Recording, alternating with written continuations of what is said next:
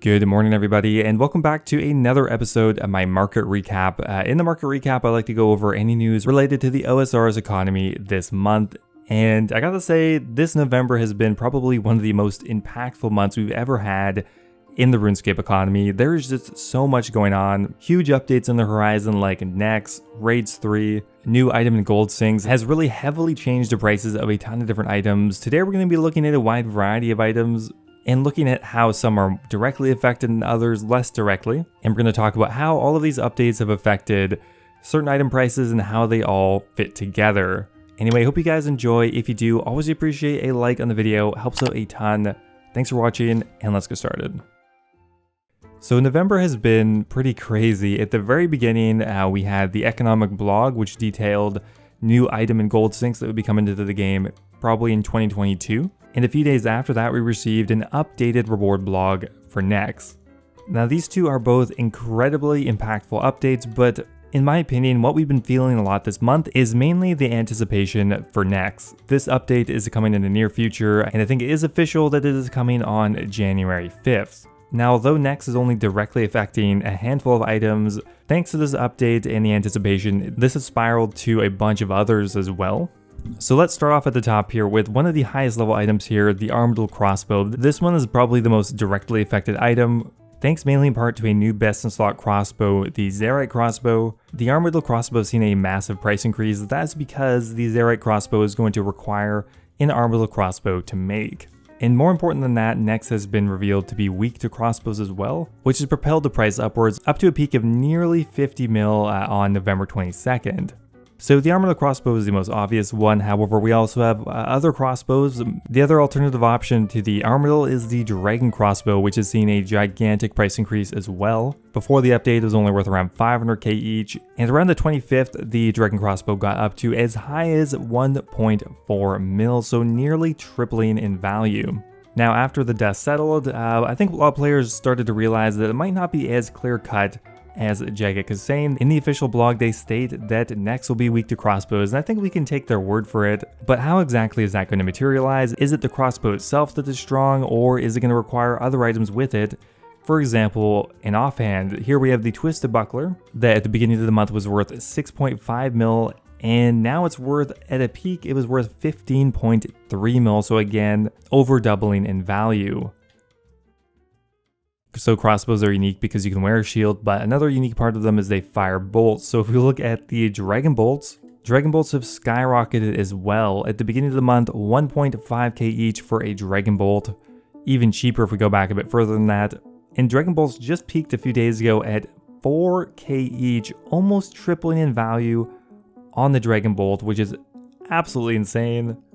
And that pretty much is the case for any of these other variants of the Dragonbolts as well. For example, here we have the Diamond Dragonbolt going up to 4.2k each. So the effect of a single update on a single item can really spiral into quite a few other items. And if we go further than that, we have the Dragon Hunter Crossbow and Dragon Hunter Lance. We might ask, why are these going up? Because they're not really directly related to Nex. Although yes, the Dragon Hunter Crossbow is a crossbow, it's not going to be a preferred option because it's only really viable against dragons, and Nex is not a dragon. And the Dragon Hunter Lance would be maybe even worse. So why are they both going up? Like a fairly significant amount. At the beginning of November, the Dragon Hunter Lance was worth 38 mil each. That is crazy.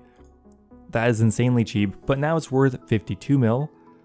And if you look at the Dragon Hunter Crossbow, it's gone from 64 mil up to 77 mil, which I think is a notable increase. And I think the answer to this is simply the price increase of Dragonbolts. Now, because this price has actually doubled, if not tripled, this has notably increased the profitability of Vorkath. Right now, Dragonbolts are the most profitable item you get from Vorkath on average in an hour. So on average, you're going to get around 800k per hour just from Dragonbolts alone at Vorkath, which is huge. That's more than anything else.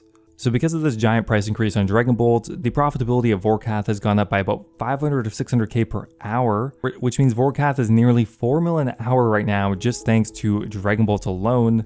And the two best weapons to kill Vorkath with are, of course, the Dragon Hunter Crossbow and Lance. So you can see how one update and one item sync can really have a pretty large effect on a huge variety of items. Now, on top of all of the ranged related gear that has been affected, there is also a lot of melee gear, and that also once again stems from one of the new items that is being rewarded from next, and that is Torva. It's going to be better than Bandos in every single way, but to keep Bandos relevant, once again, there is going to be an item sync to make it. So for every set of Torva that comes into the game, you need to sacrifice one set of Bandos on average. So we talked a bit about this last time, and the most obvious example is the Bandos chestplate and the Bandos tassets. Blog, the Bandos chestplate was worth around 14 mil after it peaked at 26 mil. So pretty well doubling in price, which is really insane for an item like Bandos chestplate. Very in demand, lots of them in the game. They still doubled. And we have tassets as well that did change a bit, but not nearly as much. Now that is by far the most obvious change, but there are some other things as well. Defensive gear in particular has been on an upward trend. First up, we have the Justiciar face guard. At the beginning of the month, it was worth around 12.5 mil for the face guard. As of today, doubled in price, worth 25 mil alone, just for the Justiciar face guard, which is a gigantic increase, bringing up to price points not seen since last year, and even kind of random items that you wouldn't maybe expect to use it next, but are heavily defensive. We have the Din's Bulwark, which is going up in tandem with the Justiciar, going from around 10 mil at the beginning of the month, peaking at around 13 mil. And of course we have the Elysium, which has now peaked the 1 bill mark once again. It has been a few months since the Elysium has been worth more than the bill, and it looks like the trend may continue until the next release. Now, why exactly is defensive gear going up so much? Well, this is based on what we know from Next back in RS2. Next does a ton of damage, and there are some assumptions that those mechanics are going to be the same and that Next will just deal out a ton of damage, which means defensive gear may actually be valued pretty highly. It's hard to say for sure because in general, offensive gear is generally more valuable, but in this particular case, something like Justiciar or the Elysian may actually be the best option. Now, another melee item that has peaked a lot this month is the Dragon Claws. Now, this is again based on what we know of Next from RS2. Dragon Claws were very useful in the boss fight, specifically the special attack, and they've pretty much been trending upwards this entire month. At one point, they just peaked by 5 mil for almost no particular reason, but the trend has continued. At the beginning of the month, they were worth 55 mil each, and now they're worth almost 70 mil each, which is massive. Now, one kind of unrelated story this month has got to do with a really interesting item here, the stale Baguette. Now, I've been monitoring the stale Baguette for a while now, and we can see why, because back in the summer of this year, the stale Baguette was worth 400k each, and this week it peaked up to 6 mil each, which means it's increased over 10 times in value this year alone, and more so in the last couple of months. So what exactly is going on here? Well, the stale Baguette to begin with here is incredibly rare. I made a video recently on it, and on average it would take you around 6,000 hours to get one if you were just AFK in random events all day. So because of this rarity, there's a lot of players that are buying them up as an investment, which has propelled the price upwards. Now, the real question is there that much demand for the Baguette outside of that group of investors? I'm not sure about that, but still a pretty impressive price increase on a fairly obscure free-to-play item, which means now the stale Baguette is kind of like the lottery for free-to-play players. If you get a stale Baguette, you've essentially just earned yourself a bond. So every Quizmaster event currently is about a 1 in 256 chance of getting membership. Now, speaking of membership, well, let's have a look. Okay, it's not quite that amount, but it's pretty damn close. The stale Baguette is worth around 4 mil right now, and a bond 4.5 mil. And that's more of a reflection of bonds being incredibly cheap right now. Historically, around November, December is when bonds are peaking. Last year, bonds went up to around 7 mil each at their peak at the beginning of December. The year before that, up to a peak of around 6 mil. This year, not even close. And unless something absolutely crazy happens in the next couple of weeks, this will be the first year that the bonds have actually decreased in value throughout the year, which I think is pretty insane. Anyway guys, that is going to be it for today's video. Hope you guys found it useful. As always, thanks for watching, and I'll see you next time.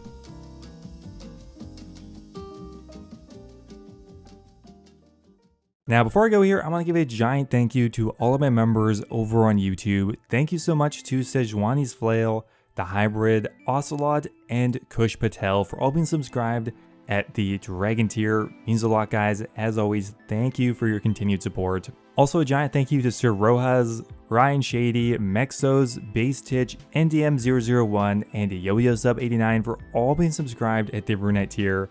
Thank you so much, guys. Appreciate it as always. If you guys are looking for another way to support me directly, becoming a YouTube member is the best way to do so. You can become immortalized in all of my future videos, get access to a custom role in my Discord server, and get access to my video release schedule. Anyway, thanks for watching, guys, and I'll see you next time.